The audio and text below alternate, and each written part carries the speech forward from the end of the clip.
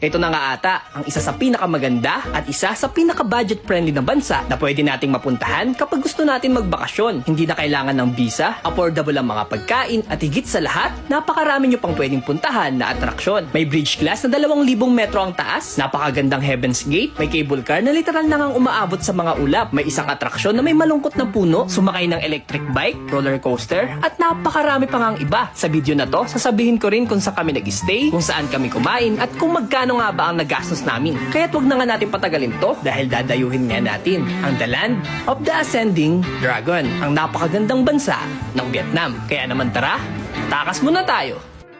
At tumakas nga tayo mula Pilipinas papunta sa napakagandang bansa ng Vietnam. Bali, yung naging biyahe pala namin mula Naiya papunta sa Hanoi ay umabot ng 3 oras. Dito sa may Noi Bai International Airport Terminal 2 nga kami ibinaba at nagpapalit na rin kami dito ng currency. Alam niyo ba mga katakas na pagdating nyo nga dito sa Vietnam, magiging instant milyonaryo nga kayo. Dahil yung 1 peso nyo nga dito ay equal to 464 Vietnamese dong. Kaya naman yung 2,152 pesos nyo ay katumbas na ng 1 million Vietnamese dong. By the way guys, itong first episode ng Vietnam vlog natin ay inilibot ko nga kayo sa Sapa, Vietnam. At ang best way nga para makarating ng Sapa ay sumakay ng sleeper bus. Nagre-range nga from 600 pesos to 1,600 pesos ang pamasahe mula Hanoi papunta sa Sapa. Inabot nga ng 6 na oras yung naging biyahe namin bago kami makarating dito. Mula nga sa pinagbabaan sa amin, nagbook na kami ng Grab. Napakamura nga nung naging pamasahe namin sa aming unang sakay. Parang 50 pesos lang, nakarating na nga kami dito sa may Sapa, Relax Hotel and Spa. Yung executive room na nga yung kinuha namin dito, meron siyang 2 kama at ang pinaka-the best nga dito, meron na nga ditong napakagandang mountain view. Nasa 2,000 to 3,500